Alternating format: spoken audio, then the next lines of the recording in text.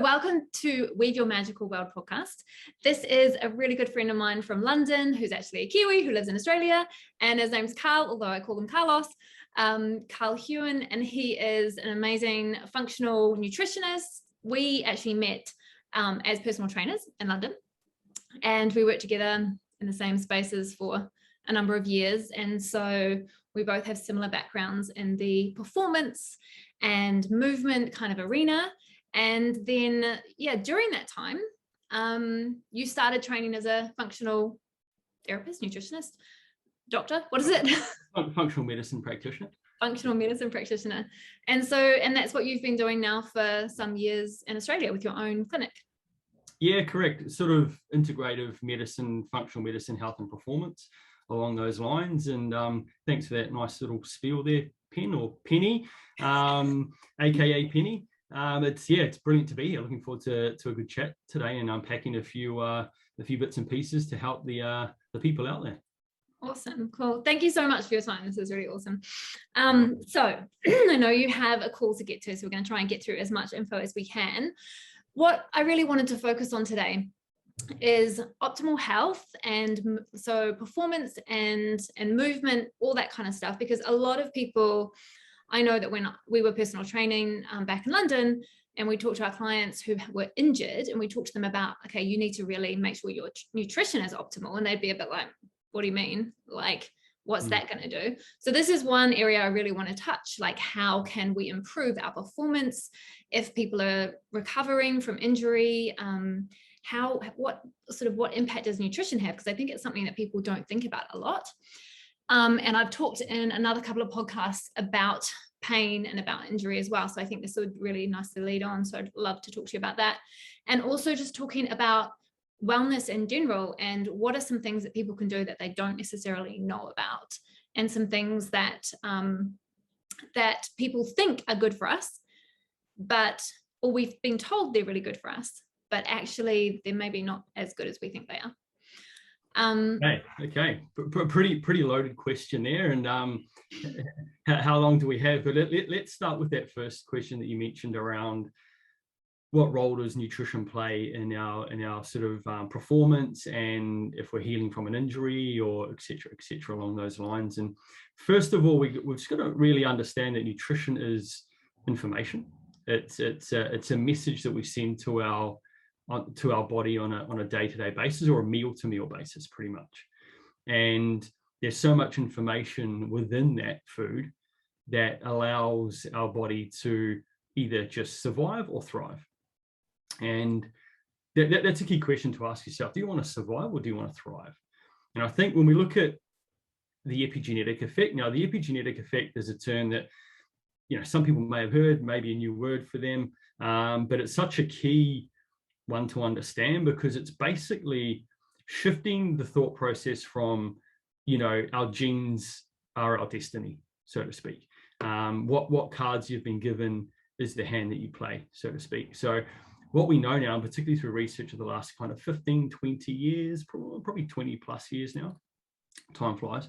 The epigenetic effect is basically what the effect upon the gene, okay, or the message above the gene, and that dictates how the gene decides to express itself in its environment. And there's brilliant research out there with identical twins, literally identical genetic potential. One goes left, one goes right, so to speak. So different lifestyle factors, different nutritional factors, and the outcome is completely different. So first and foremost, nutrition's powerful. It's a message that we send to our body. It has a massive epigenetic effect in terms of the environment that cell is in, and whether there's a saying in the nutritional world, or the epigenetic world, that genes load the gun, but the environment pulls the trigger, so to speak. Okay, so what it means is, like, the environment is dictating how that gene expresses itself. So when we look at nutrition, there's a lot of foundations around nutrition we can touch on as we move forward. But if we're eating sort of the right fuel for our genome, right? So yes, there's a lot of individual variations between nutrition and food. And as I say, one person's food can be another person's poison. And it can be, totally. But we've got to start first and foremost on what is food? What's real food? Okay. And if we talk about nutrient density or optimal nutrition, we're talking about real food. Okay, real food in a sense of, is it, we're talking about fruits and vegetables, we're talking about, proteins, we're talking about nuts and seeds, things that nature provides for us, or things that we can forage or hunt for, so to speak. Now, when we start to choose our food from that foundation, okay, we're starting to align with our genetic potential. We aren't designed to eat a whole lot of processed food, right? And that's one of the big issues with nutrition nowadays. We're smart enough to create food, but we're also dumb enough to eat it. Okay. So we look at it from that perspective. Yeah, first and foremost, it's aligned with real food, which is going to send a different message to your body, which is going to give you a different result.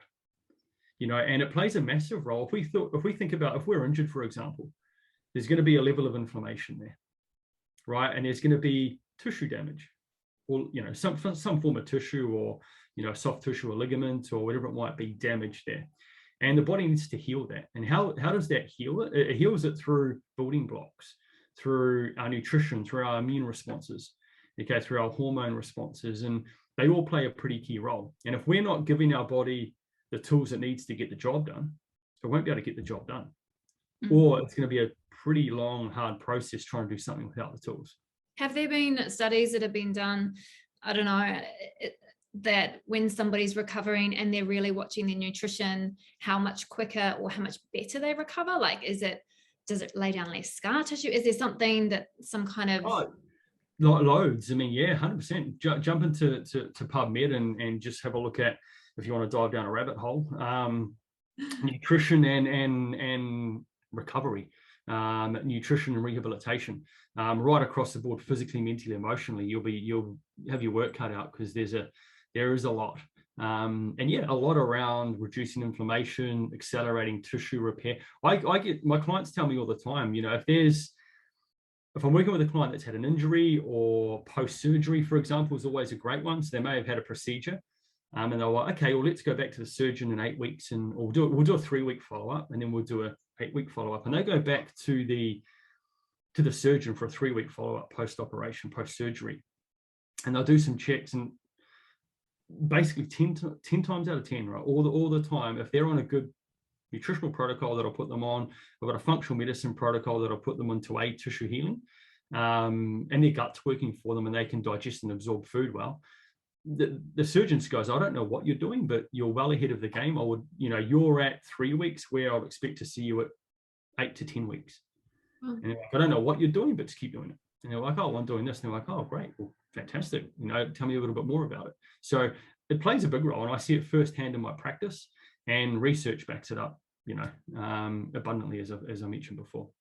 Awesome. Why do you think it is that people are so resistant to look at nutrition, or are not even seeing it as a factor when they are injured, and they are trying to heal, or from post-surgery and things as well? Good question. I guess there's a number of factors that come into play with that. A lot of people just see food as fuel, almost like just energy, or I'm hungry, I'm just going to eat something, and that will do the job. If it ceases hunger, well, I've hit the nail on the head, so to speak. So yeah, I think that's one factor in terms of just our relationship with food, or this whole energy in, energy out. And I don't like the word calories, but it's all part of it. But calories in, calories out, we just look at the numbers, and the body will just get on with it. We know that all calories aren't created equal. They have a different nutritional profile. They have a completely different message to send to the body, and they have a completely different hormonal effect on the body as well. So, as I mentioned before, some foods can switch on inflammation, and some foods can switch off inflammation. So that's like the individual message from foods that are, say, really highly processed, or contain lots of sugar or gluten or things. The message they're sending to the body is inflammation, basically. Is that what we're sort of... Yeah, they can. Well, we know that any form of dysfunction, just by imbalance or dysregulation, or any form of Western disease, starts with inflammation, right? And yeah, food is a big trigger of that. It's not the only piece of the puzzle, but it plays a big role in upregulating that inflammation. Yeah. Right. And in that, I think that's also something that a lot of people don't know, is that inflammation is the cause of illness. Yeah, and that starts to create a cascade of effects. Now that illness or that dysfunction or whatever it might be can manifest on a completely different level depending on the individual, and in a completely different way. But we know that any form of dis-ease will start with inflammation, any form of it, including manifesting in mental health, I assume, as well. Yeah, 100%. For mental health. Yeah, definitely, 100%. You know, there's a term called the gut-brain connection, right? And it's real. You've got your gut and you've got your brain and you've got a vagus nerve, which is probably the most important nerve in your body that connects the two. It's like a highway. And research shows if there's inflammation in your gut, there'll be inflammation in your brain, right? So brain fog, memory, levels of inspiration, optimism, the ability to think clearly, the ability to be creative. All of these kind of things can really connect through. And I do a lot of work with the gut-brain connection and making sure the gut is right. And, you know, we make 80% of our serotonin in our gut. Wow. Right? Serotonin, yeah. For the listeners that aren't sure what serotonin is, it makes you feel good. It's pretty important. And it's a precursor to a whole lot of other aspects as well. So, I mean, yeah, definitely. If there's inflammation, there's going to be a blurred message sent from the gut to the brain. Wow, that is massive in itself. And I know that one of the things that we really wanted to dive into was gut health, because I think it's your belief, and I agree with this as well. From what little I know, is that the gut is just a massive indicator of how healthy and happy you are. Huge. I mean, I think a wise man once said all disease begins in the gut, right? All the what? Or the disease or any form of disease or dis-ease begins in the gut. Okay, cool. Yeah. Right. Okay. So yeah, it's hugely important, the gut-brain connection. The gut is like the roots of your tree. And this is physically, mentally, emotionally. Right. And we talk about nutrition. It doesn't matter if you're eating superfoods, real food, you know, organic, spray-free, chemical-free, nutrient-dense. There's a saying that you are what you eat, right? Well, I think it's a bit misleading because we're actually not what we eat. We are what we can digest and assimilate. So if your gut isn't working for you, you know, just because you're eating well, and I see it all the time. I see a lot of clients I see in my practice, they know a lot about nutrition. They've been dealing with their own, you know, journey and their own symptoms for a long period of time. We live in a world now where, you know, we've got this thing called Google. Right. And it can be a good thing, but it can also be a slippery slope as well if used in the wrong way. But, you know, yeah, they've been eating really well, but just because you're eating well doesn't mean you can digest and absorb that food. And that comes back to your gut health again. You know, if you're not working on those foundations, you know, as you mentioned, you know, the internal is a manifestation of the external. Sorry, the external is a manifestation of the internal. Okay. So if your roots of the tree are nourished and deep and strong, you know, can really absorb the nutrients that you're nourishing yourself with, yeah, that will manifest it to the external level. And that will be in your energy, in your mental clarity, in your optimism, in your connection, your purpose, in your service. That will come right through.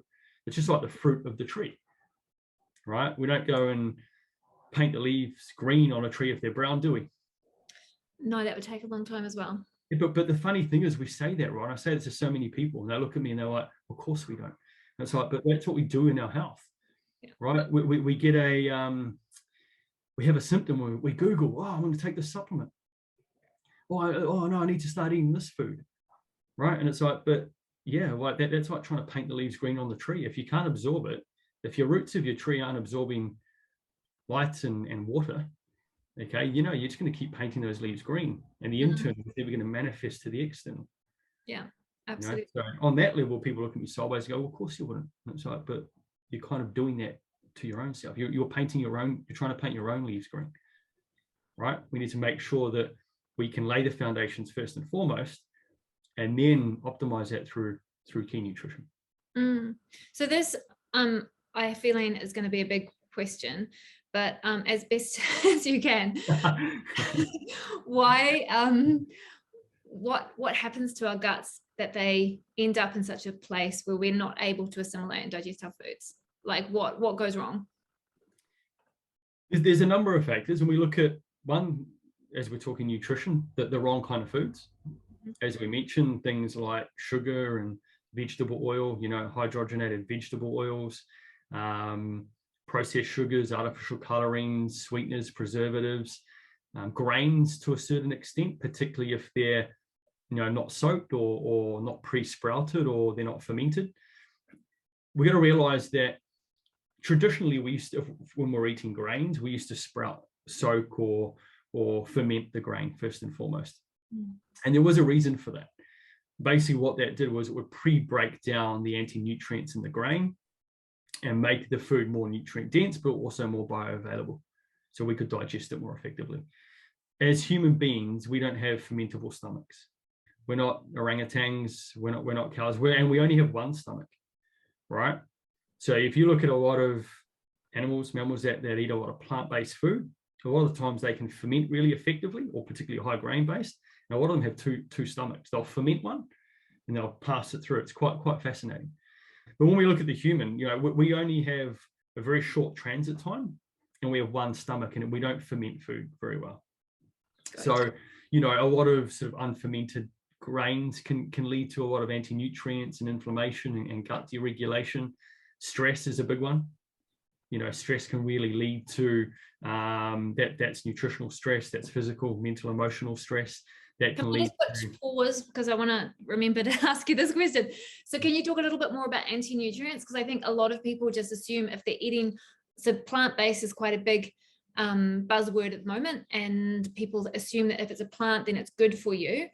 Is this a good time to talk about that now, or should we talk about that when we talk about our sort of myths of things? We can tap into that while we're here. So, plants, just plants in their natural environment have protective mechanisms, to keep them thriving in their environment. And a lot of those protective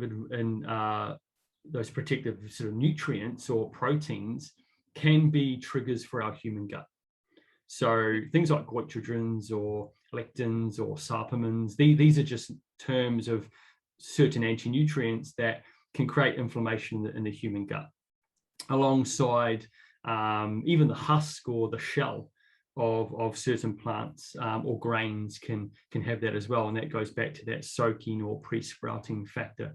Okay, and when we consume those kind of foods, particularly in their raw form or unsprouted form, those anti-nutrients, one, they create inflammation in the gut, but they also bind onto micromineral receptor sites, right? So over a long period of time, if they're binding onto micromineral receptor sites, they're going to block your body's ability, or they're going to take the space, so you can't absorb all the nutrient density from your food, if that makes sense. Absolutely, yeah. If there's a key already in the hole, well, you can't put another one in there. Yeah. So then anti-nutrients kind of work like that, or just on a basic, easy level to get your head around and move forward with that information. They can take up space, they can plug the key into the hole, and then you don't have the space or the variety to absorb your absorb your nutrients, so to speak. They have these to protect themselves in their environment. Plant-based foods are fantastic, but we need to understand how we prep them. Some foods, more salady type of stuff is a little bit, generally okay more from a raw perspective.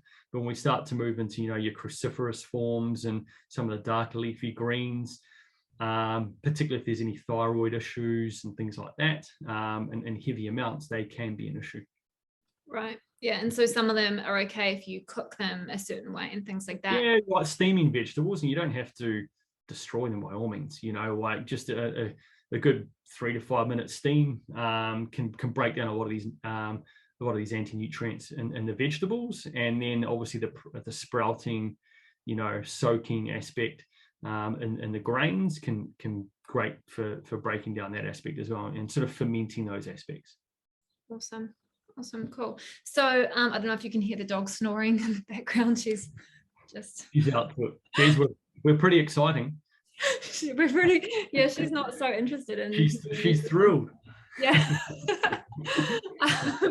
So we were talking about why the gut was blowing up and not working, and we're up to stress. So we got with nutrition being poor, and also stress can really cause it. And so when we're talking about stress, are we talking about like a little bit of stress here and there, or like prolonged stress or sudden stress? Like what is it that can actually make our guts not work? Yeah, good question. I think stress, as you mentioned, more chronic stress, more distress over a long period of time. There's generally two forms of stress: eustress and distress. Eustress can be healthy forms, and that's at intervals, and it can be a challenge for you.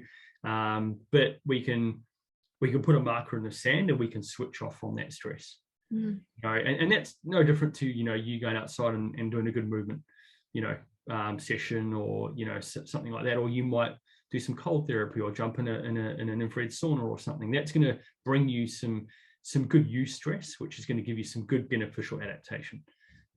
Even from a mental emotional level, right? You might have a curveball in your day, or something you didn't expect, and you might have a moment of stress, or whatever, a perception to that, but then you put it back in its place and you move on accordingly, right?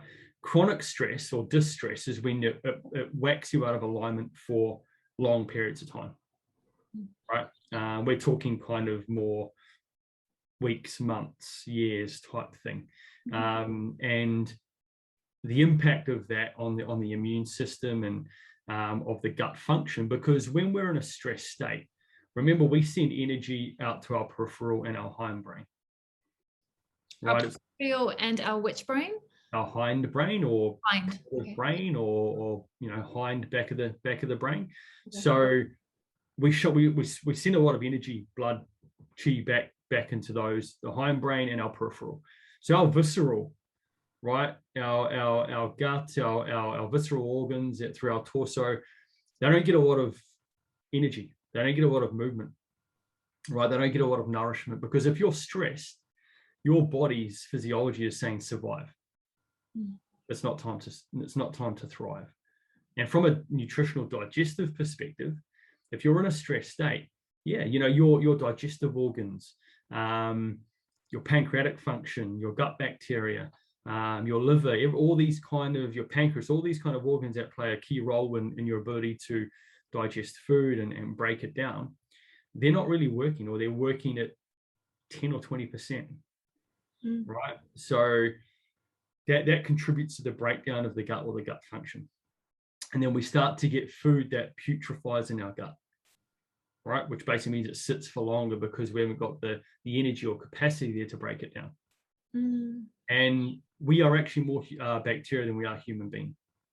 Okay, cell per cell, we have more microbes in our microbiome than we do human cells. Wow, that's okay. Huge. So and within that, there's this unique balance. It's kind of like the forest flora of a beautiful forest, right? Like, it's there for a reason, and it plays a massive role in the ecosystem. So does our microbiome, or our microflora. But if that starts to get outnumbered, that when we talk about stress in our microbiome, we've got beneficial bacteria, we've got potential pathogenic bacteria, okay, and then we've got pathogenic bacteria that generally enter from an external form. Now, the potential pathogenic bacteria, they're brilliant, they're good. That's like the trainer to the client, right? Okay, I'm gonna challenge you a little bit. I'm gonna monitor it though, and do well. But I'm gonna give you some eustress so you can adapt and move forward. And the potential pathogenic bacteria do that pretty well, okay, to our beneficial bacteria and to our immune system. But if they start to proliferate, they get a bit carried away, okay, and they kind of lose their form, and they start really controlling the environment, right? And they start to throw the party on their terms, right? So that's when the gut function starts to happen, right? And you might have, leaky gut, or that's a term called SIBO, when you start to get a dysbiosis, small intestinal bacterial overgrowth. But the cascade of that, and we won't go too deep into that and lose too many people on today's chat, but the surface level of that is you start to get a gut dysbiosis, right? The gut doesn't work as effectively. You might have chronic cravings, you might have skin issues, you might have, irritability, emotional aspects, you may have brain fog, memory, joint pain, whatever it might be. It can manifest in different ways and shapes and forms for each and every individual. But that's what longer term stress can do in a roundabout way to the gut. That's huge. And it's interesting as well that you mentioned joint pain, because then again, that ties back into what we were talking about before. If people want optimal performance, and so how many people complain about their knees?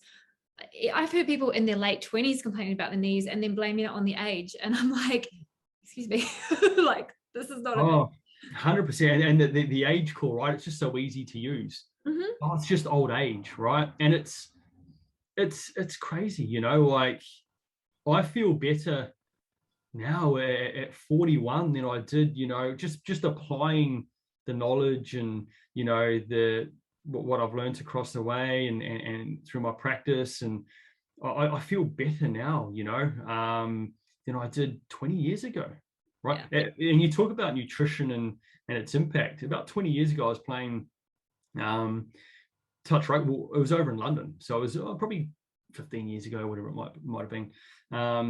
And I was playing touch, and I just kept getting like this recurrent knee pain, and both knees, particularly after practice or training, or a game, and it would just linger for a few days, and then it would have a good day, and then it would come back again when I played, particularly during the season, with a little bit of swelling. And I'm like, this isn't. And this was about, I was really starting to tap into integrated medicine, functional medicine, holistic nutrition, and that was one of the, I was really exploring the space quite full on back then as well. And I started to tweak a few things and took gluten out of my nutrition and played around and started to increase the nutrient density of real food. And I thought, from my university studies and diving deep into performance nutrition and sports nutrition, and I thought I was applying that knowledge, right? But lo and behold, looking back, it was basically just food pyramid driven, or what I call the standard American diet or standard Australian diet. And if you abbreviate that, it's called SAD, and it is pretty sad, right? Physically, mentally, and emotionally. It was high grain based, unfermented, unsoaked, high gluten based. It was just pretty much quite pro-inflammatory. And when I started to remove all of those aspects, geez, it was a whole new world. My knees felt like I was 6 again and backflipping off the couch in the living room, right? Like it was a whole new world. And my knees haven't bothered me since. Haven't been an issue at all. Yeah. Right? They just feel so good. But this is true. Remember, health is a journey. It's not a destination. It's not a diet. It's not a 6-week phase. It's a journey that, you've got to earn the next day. Right? What you do today is going to create your reality tomorrow. And, if your drive and purpose and connection is aligned with that, well, you can make a pretty good fist of it. Yeah, it's showing up and being able to be consistent across that board as well. Absolutely. I think you're bringing up another important thing, is that drive that I know that you have. I've always seen it within you. You have a very strong drive. You commit to something because you have a reason. And I feel like that's why you're so good at committing to things, is because you understand the reason why you're doing something. And I can imagine this is something that you're very good. I mean, I know that you did it when you were personal training. You're really great at getting your clients to find the reason why they're doing things. Is this something that's really big to help people commit to changing their diets? Yeah, huge. It's not what we do, it's why we do it, isn't it? Yeah. Right. And, consistency is so important when we look at health and well-being. It's not what you do sporadically, but what you do consistently that's going to give you the result, the fruition, right?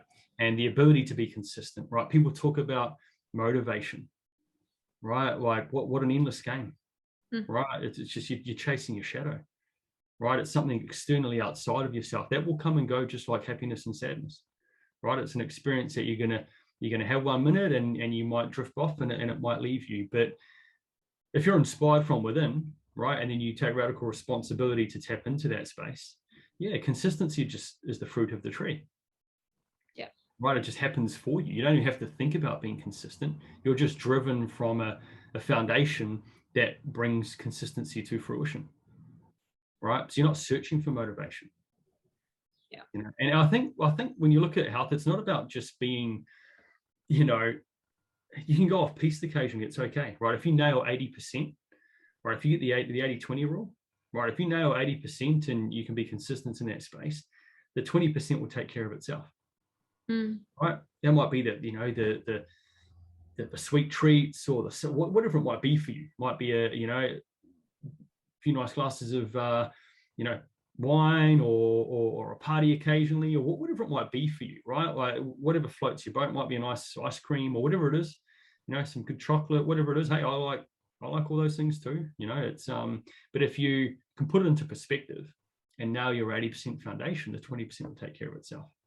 Now I say that loosely and generally, like when you're working with dysfunction, when you're working to realign the body, sometimes you need to bring it in a little bit, for a period of time to rebuild the body, rebuild the gut, rebuild the ability to absorb and optimize your nutrient intake and optimize, and then you can build that resiliency out again. But generally speaking, if you nail the 80%, the 20% will take care of itself.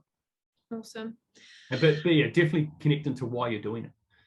People like the idea of health or having more energy, but when they see the plan, right, it's a different story. You need to want it, not like it. You need to want it. I also think there's a huge thing just from people, my clients, is that they have to believe in themselves, and they've got to get to that space of believing that this can happen for them, because there's so much that belief out there. Oh, it can happen for them if they do it, but it's never going to change for me. Like, it's because they're stuck in that belief of it's because I'm old, or it's because da da da. So 100%. Yeah, that comes back to that epigenetics, right? Like if you start to give yourself a different message, your body's phenomenal, right? Just get out the way of it, right? If you create an environment that's different, if you've always done what you've always done, you're always going to get what you've always got, right? But if you start to change what you're doing, that epigenetic effect's going to come in and give you a different feedback, a different tune, right? And you might go, okay, this is a bit different, but that's great. Different is fantastic. It means you're doing something different. It means that you're recreating neural nets to create a different experience. So same with the nutrition. Yeah, like if you start to change things, like every human being's got the potential for change, right? We've got to connect with a why and a purpose as to, and if you want to, I always say, where there's a will, there's a way. Where there's not, there's an excuse, right? Yeah. So yeah, purpose so important. That's when people come to, it's the first chat I have. Great, there's a lot we can do, 100%. But I want to know why. I want to know why is it important to you, right? Because subconsciously we don't always embrace change, and yeah, as I said, if someone keeps doing what they're doing, they will always get what they've always got. So don't be surprised if nothing does change. I would say, without having even asked you this question, that's got to be one of the nuggets that you'd want to give away, because if you're sitting here thinking, oh yeah, maybe I've got some of those symptoms from that gut health thing, or maybe I've got inflammation, or I've got some injuries that won't heal, then there's also there's another reason deeper down, and it's kind of like, ask yourself, why is it important for you to have that? And also the other side of that, what are you getting out of not having this heal? Like, what is that secondary gain that you're getting that you're not yet admitting to yourself? Yeah, 100%. How's that feeding you? And is that, do you want to change? Yeah. Right. It's scary, right? Yeah. I mean, look, it can be for some, 100%, definitely. But, I always say, you'll know when you're ready, right? You'll be sick and tired of being sick and tired, or the archetype or the identity or the story just doesn't quite fit anymore, whatever it might be for the individual. And that's pretty important to just clarify and draw out as well, so it's clear moving forward is key. And I think when we go back,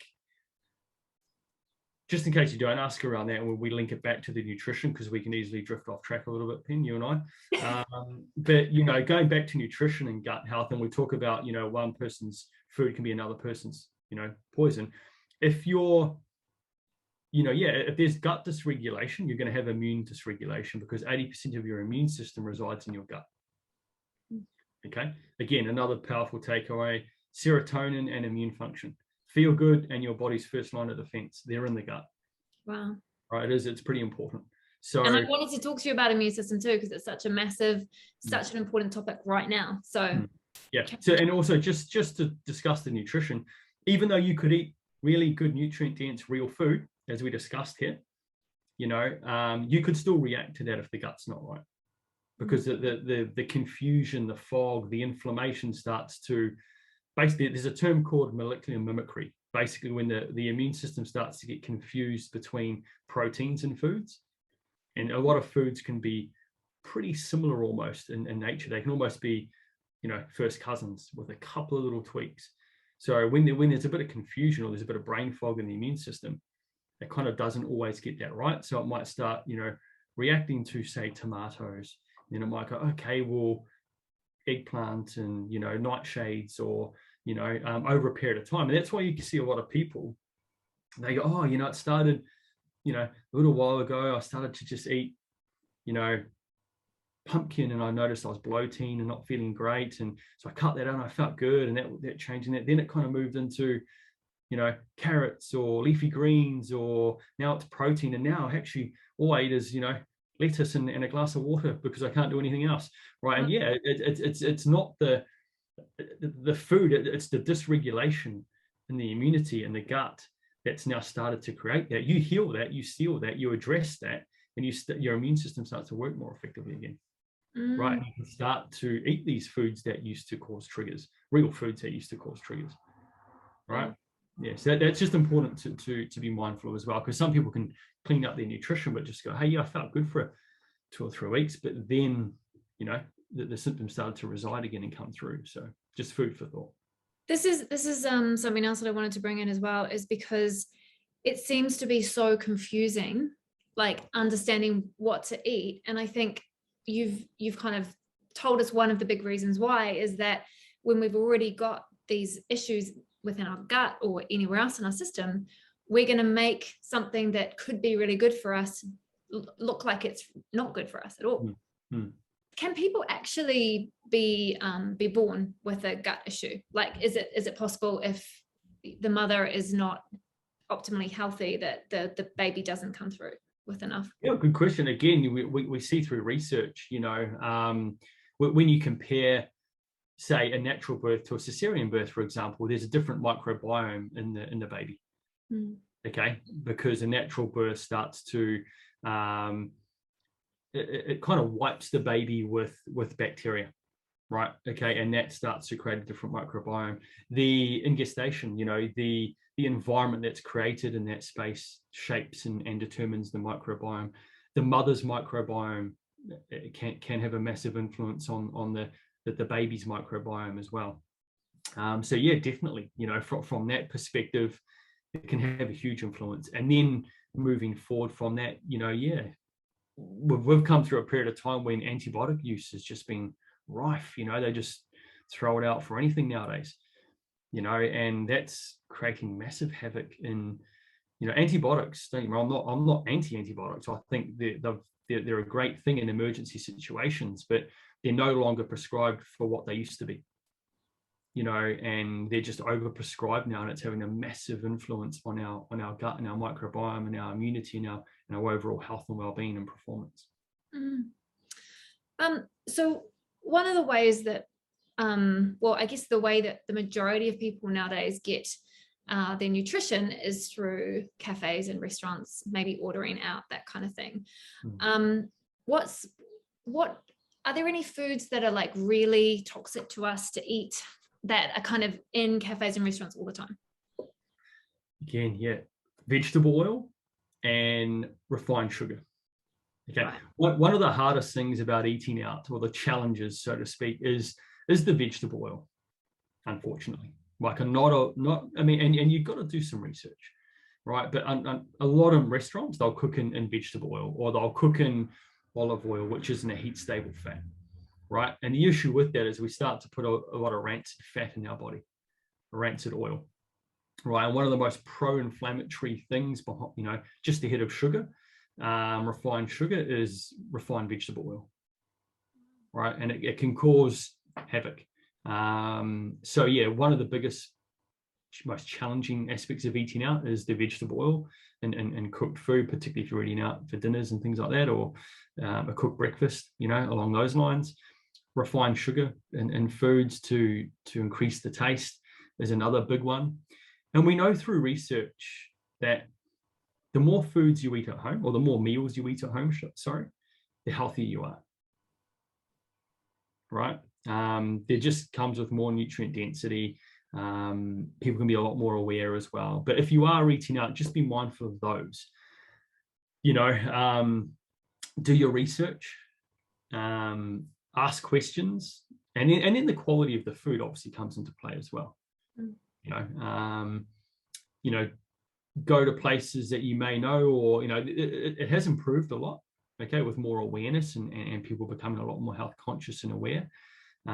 So you're getting a lot more quality versus the quantity out there in some restaurants, and more particularly privately owned restaurants rather than commercial chains and things like that, generally speaking.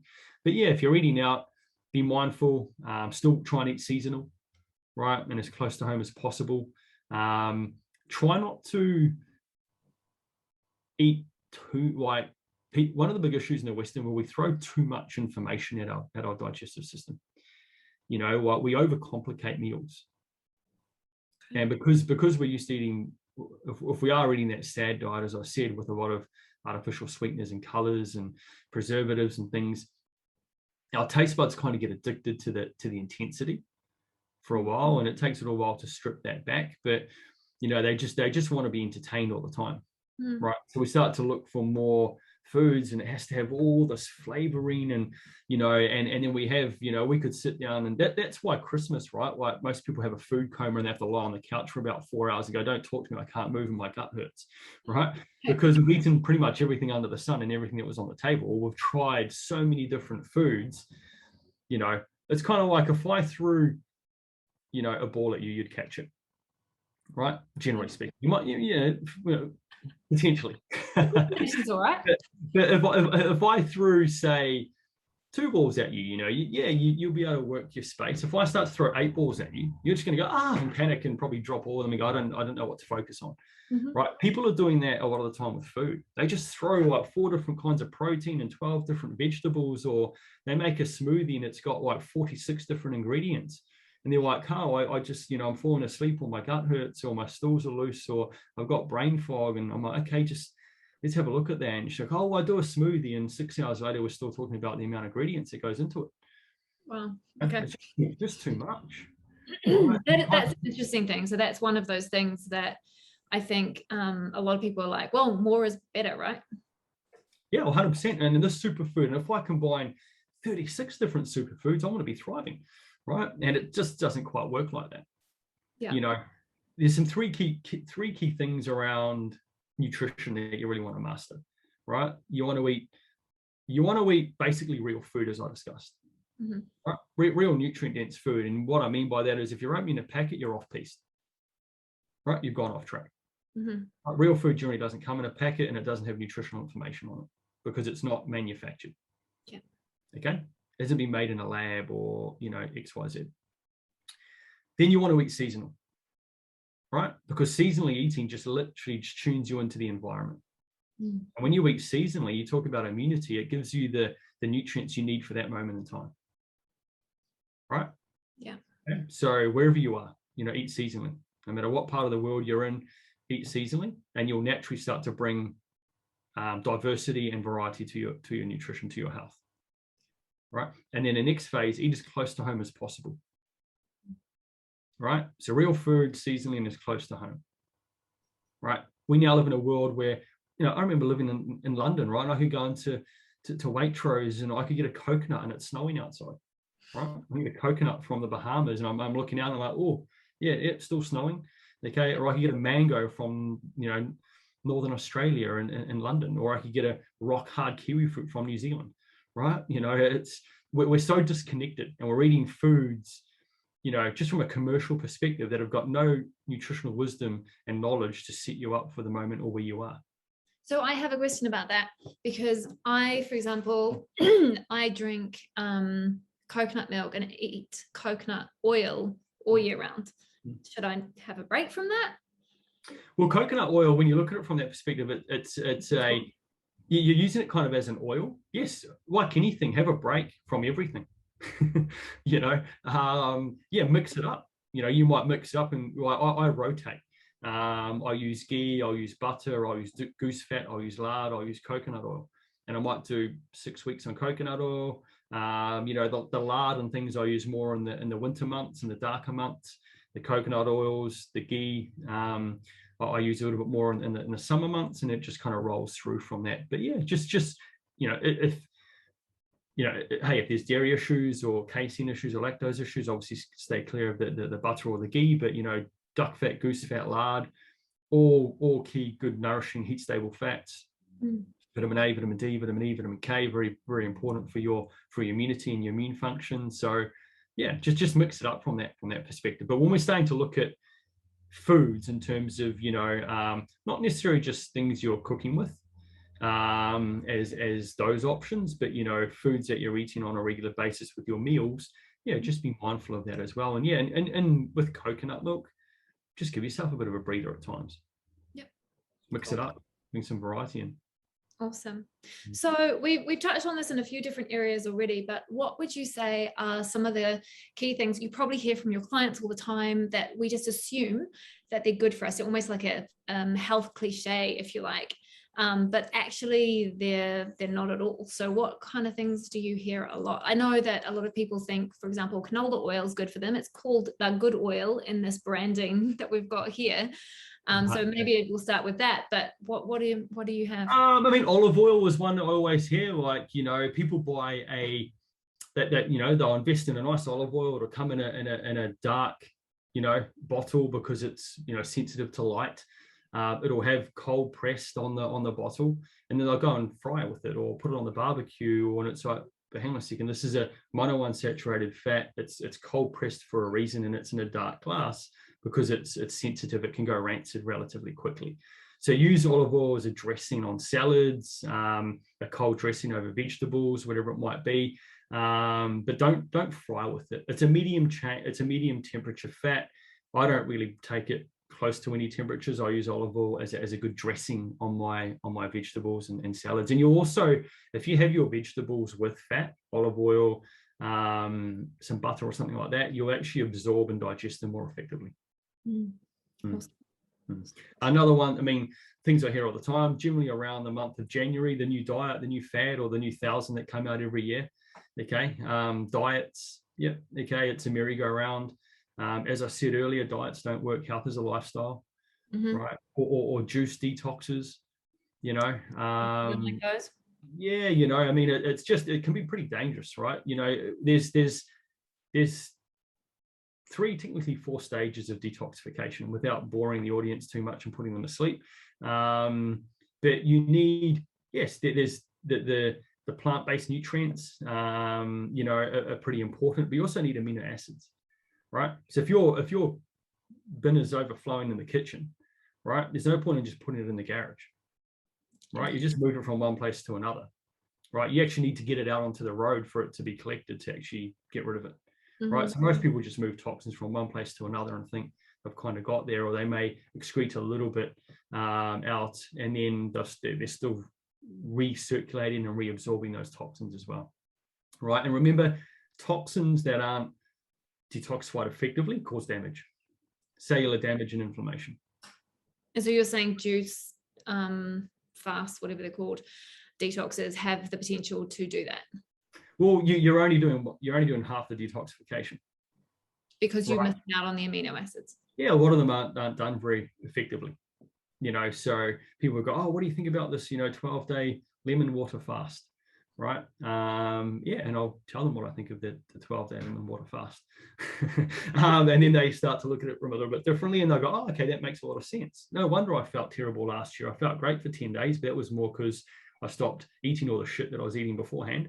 Okay. And I stopped drinking, and I, reduced my coffee intake. And, it wasn't really the detox. It was the shift in not putting all the toxins in, okay, that gave your body a breather, and then it caught up over a period of time. So yeah, that's another sort of cliche, or something I hear a lot of, or people talk about, or along those lines, either the fad diet or the juice or water detox or something like that along those lines, or the going through supplements. You're like, oh, okay, yeah, great, so you've got a long list there. Tell me why you're on these. Oh, I'm not sure. My best friend said this was great and it helped her, and I saw this thing popped up on Facebook and it looked fantastic, and and they end up on 40 different kind of superfoods or supplements, and the gut starts to sort of create issues, and they're not feeling that great, and there's a little bit overloaded. Think of it like, we live in a world of information, right? Like your phone's always beeping, anything's just a Google away, and it can be too much if it's not managed effectively. Right, you just freeze it. You're just an overload, and you hear these people go, "Oh, well, I just need to, do a digital detox." Right. Well, it's the same thing with food. It's the same environment. We can walk 100 meters up the road, go to a supermarket, and the world's our oyster. Right, 24/7 almost. And now you can even actually just press a couple of clicks and not have to walk up to the supermarket. It's at your front door. Right. So we're becoming, convenience comes at a price as well, and we can atrophy massively if we're not mindful. Absolutely. Do you have time for one more question? I know you've got to go soon. Yeah, sure. Yeah. Okay, cool. So I wanted to ask you, what could people at 3 different stages, like already really feeling pretty poor and not healthy, feeling pretty good, but they've got some symptoms going on, and then for someone who's actually just wanting to optimize, that they want to look younger, they want to have more energy, that kind of thing. Can you give us just a piece of advice or somewhere to start or somewhere to check in with for each of those 3 different people? Okay, listen to your body. Listen to your body. Listen to your body. Cool. Can you just clarify which one was for which? Yeah. So first and foremost, start listening to our bodies. Yeah. Right. We're very good at overriding it, right? Or numbing ourselves, or just turning it down a little bit. Yeah. Okay. So first and foremost, listen to your body and reconnect with it, because it's telling you that something's out of whack or out of balance or out of alignment. Okay. Now, the first one you mentioned was someone with a specific issue, imbalance or issue, or So start to look at the environment. Start to look at your choices. Start to look at first and foremost on the physical level. Look at key things in terms of hydration, sleep, and breathing. Okay, first and foremost, because as I mentioned as well, if you're in a stress state, if you're not breathing well, that's going to upregulate that stress response and that nervous system perspective. You're not going to digest food very well. Right, you're not going to be able to absorb. So first thing is going, okay, well, what is there? And I work very holistically and integratively. So, when a client comes to me and presents himself with a specific symptom, there's a whole host of sort of questions we go into to gain greater clarity around that, physically, mentally, and emotionally, right, and spiritually, right. So that's an unpacking process to get a greater awareness, because when people are in their life, they're not very on their life. Yeah. Nice. Right, and we're in a world of human doings, not human beings. Right, so you can easily get lost in the trenches.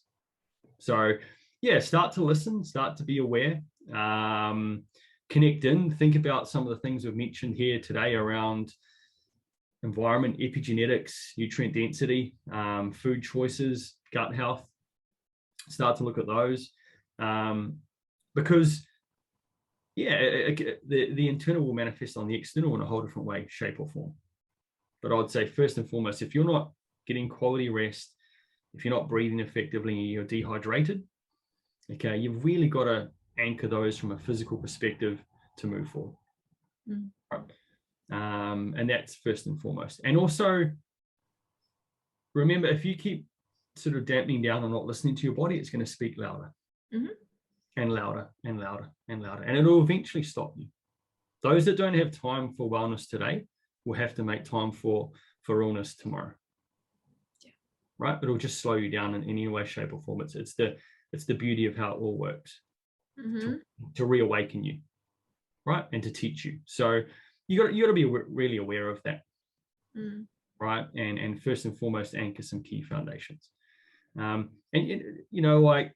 If your fuel light's on if your petrol light's on in your car, right, and you pull into the service station and you put diesel in a petrol car, you're not going to get too far down the road. Right? Okay, it's going to be pretty disappointing. Or if you dilute that fuel, okay, it's not going to run effectively or run at all. And you'll be a manifestation on the physical, the engine will blow up, whatever will happen. Okay, so I'm not a mechanic, by the way. It's just so yeah, but along those lines, listen to yourself, anchor those key foundations of physical health and well-being, and remember, the quieter you become, the more you will hear. Yeah. Right. Yeah. So on that first level, look into those aspects first and foremost. Thank you. Right. The second one was what? Sorry. So if you're, I guess you're like you think you're healthy, but you've got probably a few symptoms that you're putting down to aging, or you think are normal, but you're actually starting to think, is that normal that my knees hurt all the time? Or is that normal that my gut is a bit iffy? Like those kind of things. Yeah, great. And keep doing, good questions, right? If you're starting to ask those questions, or challenge yourself to go, well, is it old age? I was very lucky to spend 3.5 months traveling through India back in 2018. Started up north and worked my way right through the country, and like doing movement and yoga with some of these people. And I remember one guy quite vividly, brilliant guy, and we're in Utapah for I think it was like 2.5 weeks or 3 weeks, and I just tracked down an awesome yoga studio, meditation yoga place, so we went there every day while we were there. And the guy that was running it, like phenomenal guy, great energy, just you could see he was vibrating health, and got to know him really well over the 3-week periods where my wife and I were the only kind of foreigners in the class for the majority of the period. There's a couple of others that sort of popped in and out, and yeah, I would have given him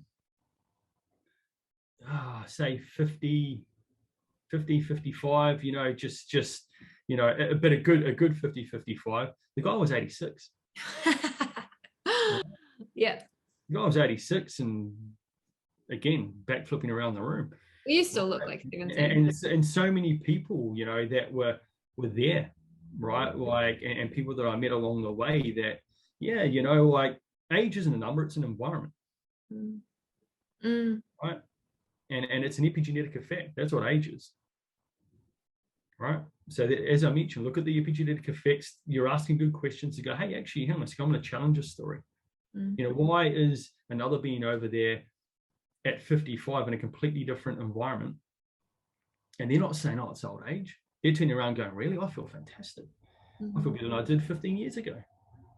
Start to question that story, and again, listen to your body and start to look at, and again, like, be mindful of Google, right? Because can it lead you down a very slippery slope? But reach out, like if your car's not working ideally, you can go and try and fix it yourself, and hey, you might hit the jackpot. But a lot of people are out there throwing mud against the wall and hoping to fill a crack. But listen to your body first and foremost. Tweak a couple of things. If your intuition tells you it might be X, Y, or Z, you might go, if I'm honest, I'm not really prioritizing my sleep, or I'm not prioritizing myself, or I know I'm having too much caffeine, or I'm eating too much sugar, or I've drifted off from my 20% now 40%. I know I need to bring it back. Start to action it. Stop talking about it. Create purpose. Create why you'd want to do it, and then start to see if that helps. I think that's such a key point, because there's so much we know in us if we will only go quiet, like you said before, and let that come up, and so we can actually hear those parts of ourselves and really connect to that. And there's so much, and that I find that if we at least do those initial things, that will lead us to the person that we need to connect with if we need to connect with someone. 100%, yeah, 100%. But mate, yeah, you got to make sure that you're showing up and taking a bit of radical responsibility first and foremost, right? And again, yeah, just listening and creating downtime and everything else as well along those lines. Yeah. And then there was a third one. Was that the high flying person that's going to just a couple of tweaks here and there, and they're thriving, they're hitting it out of the park, so to speak? Yeah. Absolutely. Yeah. I mean, I work firsthand with with a number of athletes, but I mean, like, again, I feel, you know, life is our game, right? No, you don't have to be, you know, running out into a stadium every week, or, you know, whatever it is. You know, life's your performance, right? So I always say everyone with a body is an athlete. You know, just their playing field's a little bit different, right? And, you know, life is our playing field. You know, I mean, people ask me, you know, why are you consistent, and you know, what are you training for? I'm training for life, right? I'm training for the journey, right? For the experience, because I know the more healthier I am, the brighter the experience, and the more resilient I am, right? So life, I think, you know, like, we can't get bottled into an athlete. Oh, I'm not an athlete, so I just want to, no, but you just want to optimize your life, and that's the best playing field you're always going to have. You know, the experience of that. If life's just about experiences, you want to make sure that your vehicle can handle the terrain. So I think when we look at it from that perspective, yeah, there's it's like a well-oiled machine, right? The more you go up, it's just a couple of key little realignments, a few challenges to tweak along those lines. A lot of it can be sometimes what we're not doing versus what we are doing, or from an optimal perspective, if we're not testing, we're only guessing at the end of the day, right? You know, you could take a supplement for this or that, but, you know, if you're not testing, you are only guessing. Yeah, so a lot of people, when I work with them from that perspective, yeah, we're fine-tuning, we're specifically testing and looking at their environment and making sure they're in optimal levels across the board and varying markers and things like that. And then we challenge them, you know, like the nervous system, give them a different response, whether it's physically, mentally, emotionally, spiritually, whatever it might be, just to keep them guessing. Awesome. Amazing. But again, you know, people that are in that space that are going a lot of the time, you got to really make sure that you're optimizing their recovery. The quality of their recovery has to be so key, because they're just performing at such a high level, okay, that you've really got to dial in and go, well, we need to really fine tune your recovery so you are getting the recovery you need so you can go again at a certain level. Yeah, that makes so much sense. And I love that life is our game, because it's worth exploring. Like, you and I are both very much into lots of different kind of movement things, because it's like, I want to see what my body can do. I want to see how much fun I can have. I want to see what feels good. And so I really love that approach to things. And it's the same with nutrition. Like, if I eat something now that my body doesn't like, I don't want to eat it, because it's like, it gives me this response that I don't enjoy. And so I'm kind of like, well, I want my experience to be better. And so, but I think it takes a while to get to that. And I know from my own experience, it takes a while to get to that place where you have that feedback straight away, and you understand, because the body can go to sleep. I think you said this earlier as well. The body can just be like, I'm too exhausted to give you this information. So whatever, you're not listening to me, right? Definitely, 100%. You know, if you know, you're talking to someone and they switched off all the time, you would kind of, the relationship would be challenged, so to speak. So yeah, you're right there. We're switching off, you see. Getting a bit darker. Yeah, no, exactly. Yeah, exactly. And your body's just like, no, I'm not even going to bother talking to you anymore. So yeah, agree. Or it will go, hey, you know what? Well, you haven't listened, so I'm going to stop you now. You know, I've been trying to have a chat to you for a while, but, you know, enough's enough, and I'll give you a bit more of a challenge, which will really stop you in your tracks. Yeah. Remember, the definition of a genius is applying your intuition. Yeah. So it's actually not that hard, right? If you just become a little bit quieter and listen to yourself, and, you know, be mindful. Again, you know, there's a lot of potential that lives in that space. As they say, the music's the space between the notes, right? I love that. I love all your little analogies. They're great. So is there any like last thing? I mean, there's just honestly been so many gems of wisdom through and within the entire corridor that we've been having. But is there any just like one last thing that if you could just give somebody one thing to think about, what would that be? Good question.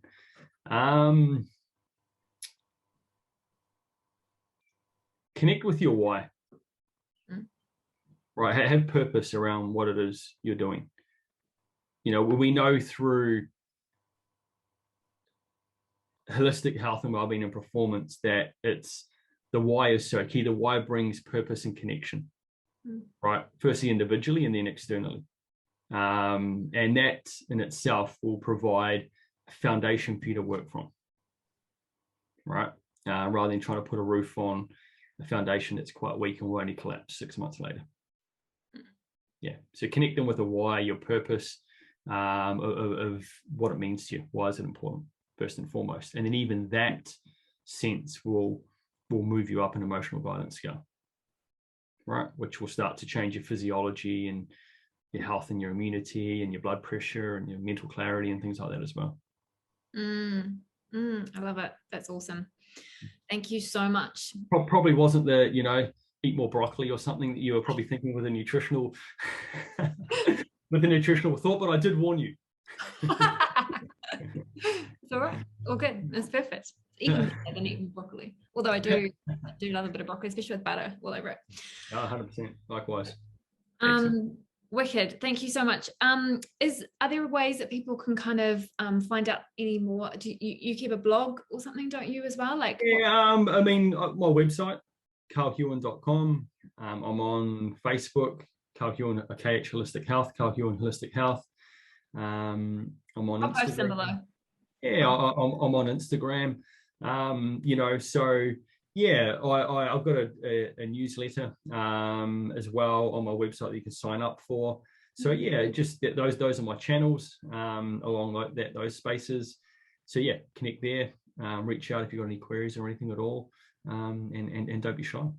Awesome. Actually, I might sign up to your newsletter. I have not signed up to that one. That's a good hint right there.